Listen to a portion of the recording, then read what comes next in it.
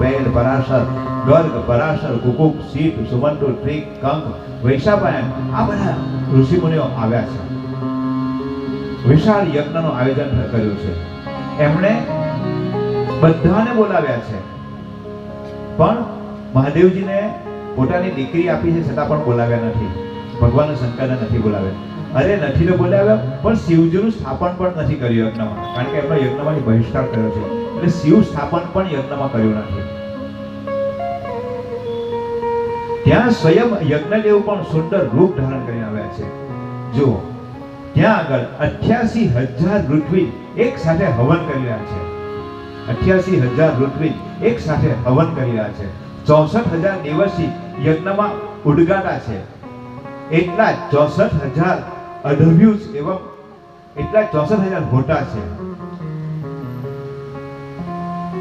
દેવર્ષિ આદિ ત્યાં પૃથક પૃથક ગાથા ગાન કરી રહ્યા છે.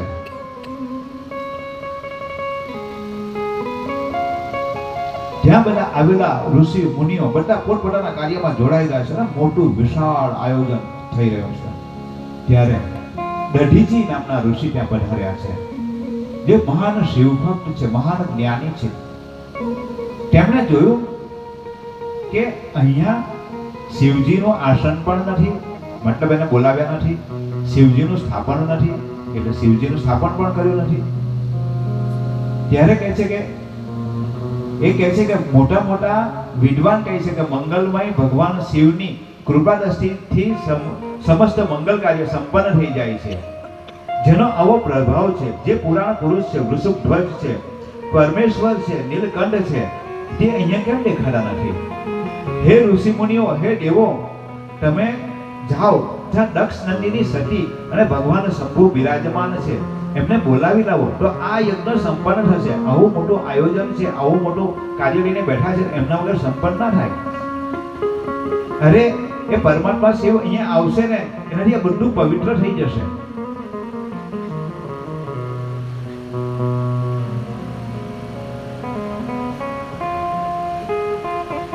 દધીજીની આ વાત સાંભળીને દક્ષે તેનો વિરોધ કર્યો છે. કહે છે કે ભગવાન વિષ્ણુ સંપૂર્ણ દેવતાઓના મૂળ છે, જેનામાં સનાતન ધર્મ પ્રતિષ્ઠિત છે, જેમને આદરપૂર્વક બોલાવવામાં આવ્યા છે, એ પોતે યજ્ઞ કર્મ છે. પછી આમાં કોની કમી છે? તમે બધા છો, યજ્ઞ સંપૂર્ણ કરાવો.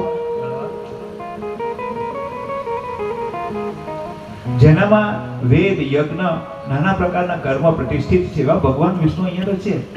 પછી તમારે આની કોની ખોટ છે?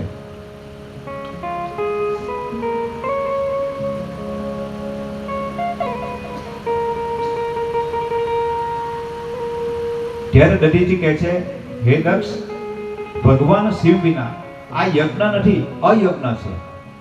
નિશ્ચય તારો આ વિનાશનું કારણ બનશે. દધીજીએ આમ કહીને આ યજ્ઞશાળાનો ત્યાગ કર્યો છે.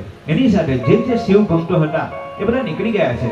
કે જ્યાં શિવ ન હોય, જ્યાં કલ્યાણમય દેવ ન હોય, જે સર્વના કલ્યાણ કરતા છે, જે કલ્યાણ કરતાને જો જ્યાં અપમાન થાય તો ત્યાં અકલ્યાણ જ થાય, અકલ્યાણ જ થાય. દધીજી વગેરે નીકળી ગયા છે. હવે આ બાજુ શું બને છે? દક્ષ કન્યા દેવી સતી ગંધમાદન પર્વત પર પોતાની સખીઓ સાથે ક્રીડા કરી રહ્યા છે. ત્યારે એમણે જોયું છે કે વિમાન માર્ગે ચંદ્રમાં એની બહેન રોહિણી સાથે જઈ રહ્યા છે. ત્યારે એ પોતાની સખી વિજયાને કહે છે કે તું જઈને પૂછ તો ખરા, બધા ક્યાં જઈ રહ્યા છે લોકો બધા? વિજયાએ પૂછ્યું છે. ત્યારે ચંદ્રમાએ કહ્યું છે કે દેવી, તમને ખબર નથી?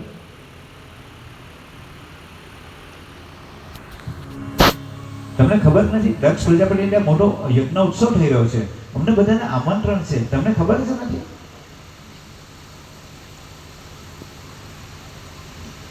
દેવી સતીને ખબર પડે છે.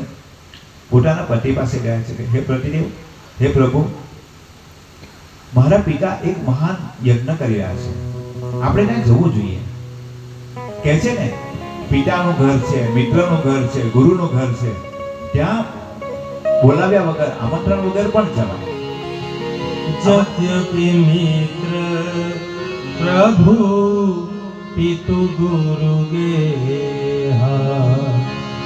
यद्यपि मित्र पितु प्रभु गुरु गेहा जाइए बिनु बोले हूँ न संदेहा जाइए बिनु बोले हूँ न संदेहा यद्यपि मित्र पितु प्रभु गुरु गेहा।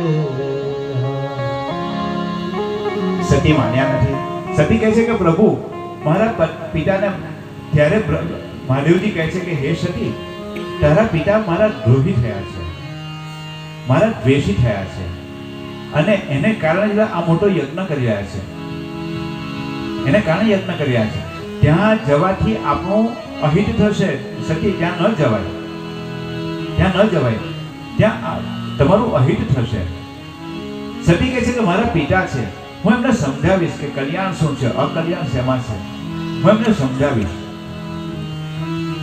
સતી જવા માટે માન્યા નથી. મહાદેવજીએ એમને સતીને 60,000 ગણોની સાથે નંદી પર બેસાડીને જોડે શણગાર સજાવીને માતાજીને મોકલ્યા છે પિતાના ઘરે. માં પહોંચ્યા છે યજ્ઞ મંડપમાં, દાખલ થયા છે. સામે માં વીરણી મળી છે, બહેનો મળ્યા છે, એમણે હસીને સ્વાગત કર્યું છે. પિતા એ જોયું ન જોયું કર્યું છે, પિતાએ જોયું ન જોયું કર્યું છે. અને પિતા દક્ષ પ્રજાપતિ કોપિત થશે એ ભાવથી બીજા બધાએ પણ સતીની સામે જોયું નથી. સીતા ભવન જબ ગઈ ભવાની દક્ષ ત્રાસ કહુન સનમાની દક્ષ ત્રાસ કહુન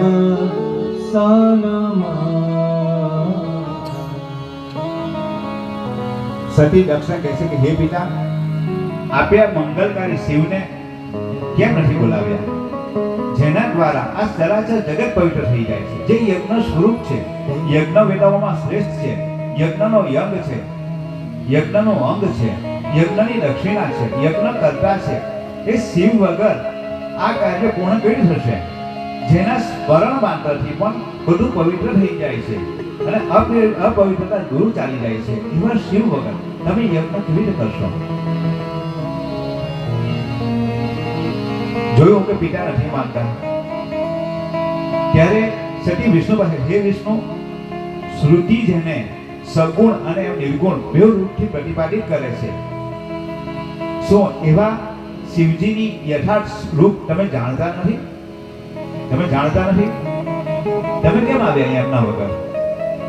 બ્રહ્મા પાસે કહે, હે બ્રહ્મા, પૂર્વકાળમાં તમારા 5 મુખ હતા. સદાશિવ તમે ગર્વિત થયા ત્યારે સદાશિવે તમારું એક મુખ કાપી દીધું છે. એ તમે ભૂલી ગયા છો? હે ઇન્દ્ર, તમને અધિકાર કોણ આપ્યો છે સ્વર્ગલોકનો? એ તમે ભૂલી ગયા છો. હે દેવતાઓ, આપ મહાદેવના પરાક્રમને જાણતા નથી? તમે મહાદેવના પરાક્રમ નથી જાણતા? હવે આ બધી વાત વધતી જોઈ અને દક્ષને ક્રોધ ચડ્યો છે અને મહાદેવજીની નિંદા કરવા લાગ્યા છે. જે તે નિંદા કરે છે, સતી કહે છે કે હે પિતા, આપ મારા દ્વારા વધની યોગ્ય છો. તમે મારા પિતા છો એટલે હું તમારો વધ કરી શકતી નથી. એટલે આપના દ્વારા જે મને શરીર મળ્યું છે એ શરીરનો હું ત્યાગ કરીશ.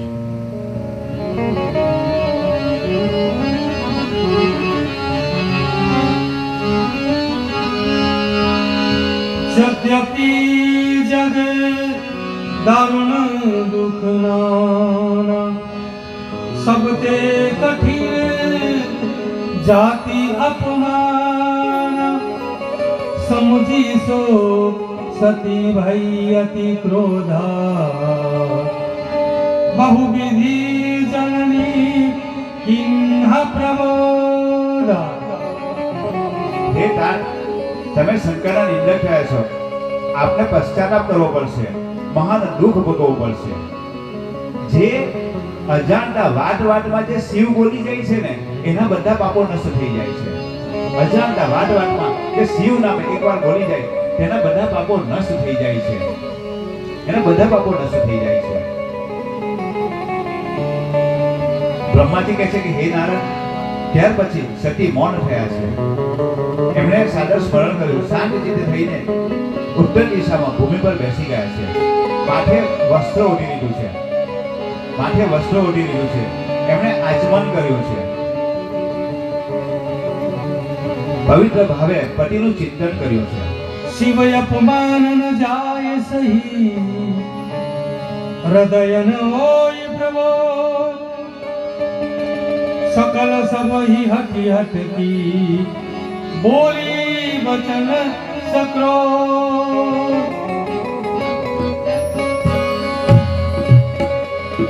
સતીએ પ્રાણને અપાનમાં મળ્યો છે. એને સમાન કરીને ઉડાન વાળ્યું, બલપૂર્વક નાભી ચક્રને ઉપર ઉઠાવ્યો છે અને બુદ્ધિપૂર્વક હૃદયમાં સ્થાપિત કરીને તે પછી હૃદય સ્થિત વાયુને કંઠ માર્ગે ભૃગુટીના વિચમાં લઈ ગયા છે. અને આ પ્રકારે દક્ષિણ ભૂમિ થયેલી સતીએ સહસા પોતાના પ્રાણનો ત્યાગ કર્યો છે.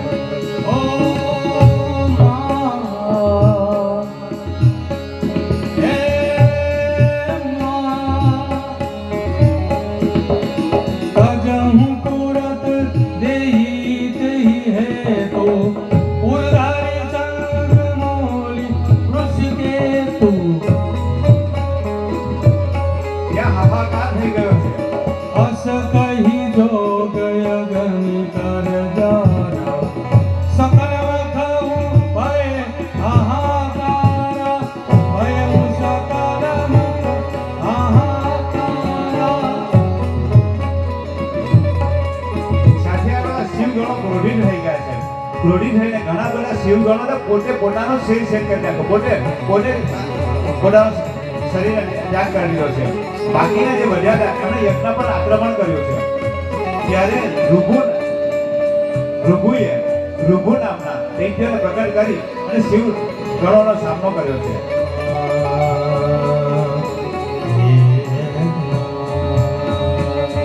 આ શિવ ગણો એનાથી ભાગી અને કૈલાસમાં આવ્યા છે.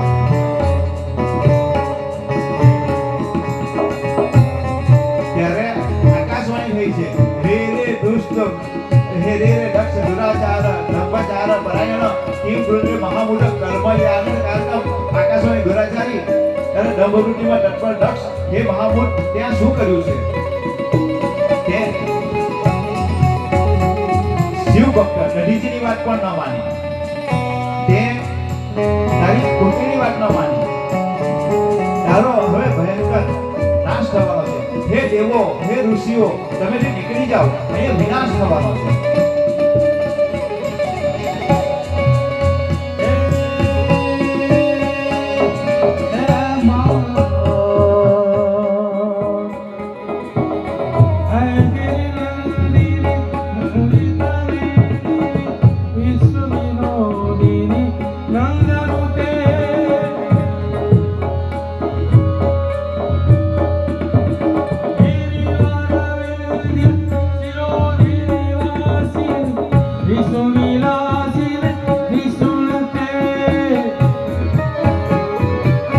ઘણો મહાદેવજી પાસે પહોંચ્યા છે.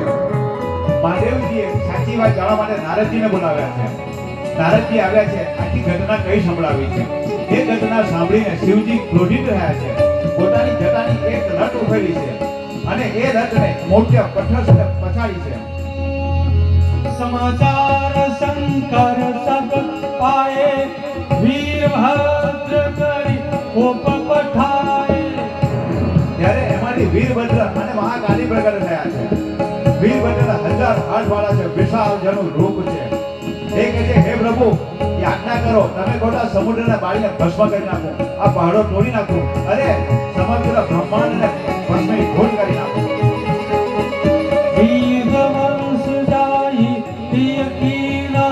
सकल सुर पर दीना, सकल सुर धीमत दंड दीना. આની સાથે કરોડો ગણ પ્રગટ થયા છે. હરિભદ્ર તમે કણખલ જાઓ અને દક્ષ પ્રજાપતિ દ્વારા જે યજ્ઞનો આરંભ કરવામાં છે યજ્ઞનો વિધ્વંસ કરી નાખો. જ્યાં આપણા મહારાજ તમારા બધાનો ભેદ રાખ્યા વગર ત્યાં જે કોઈ હાજર હોય દરેકને દંડ આપો.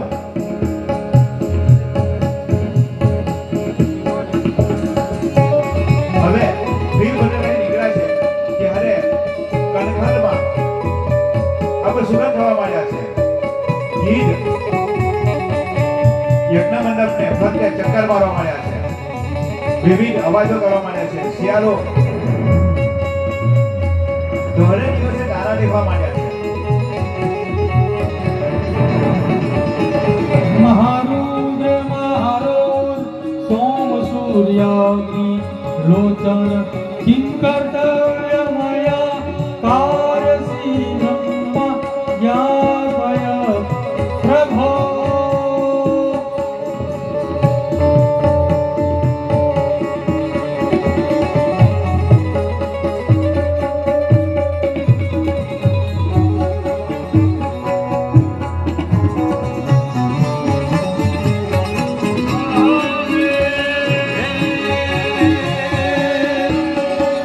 अब के गण भूत भयंकर भूतलनाथ अकंकर ते नगत पण के दल इंबर आगायंबर बाजत जंकर पाहगते महादेव डमरू ये डडंकर डडंकर डडंकर महादेव डमरू ये डडंकर डडंकर डडंकर डमरू ये डडंकर वाह डडंकर शंकर पे कैलाश सर पर में हर मोज नहीं पशुपालन हम प्रचार नाच करे.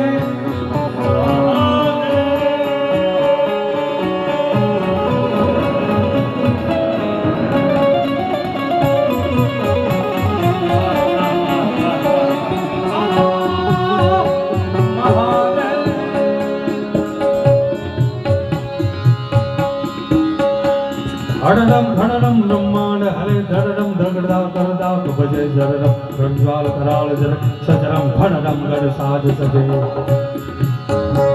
कड़के धरणी कड़डम कड़डम कड़डम कड़डम कड़डम कड़डम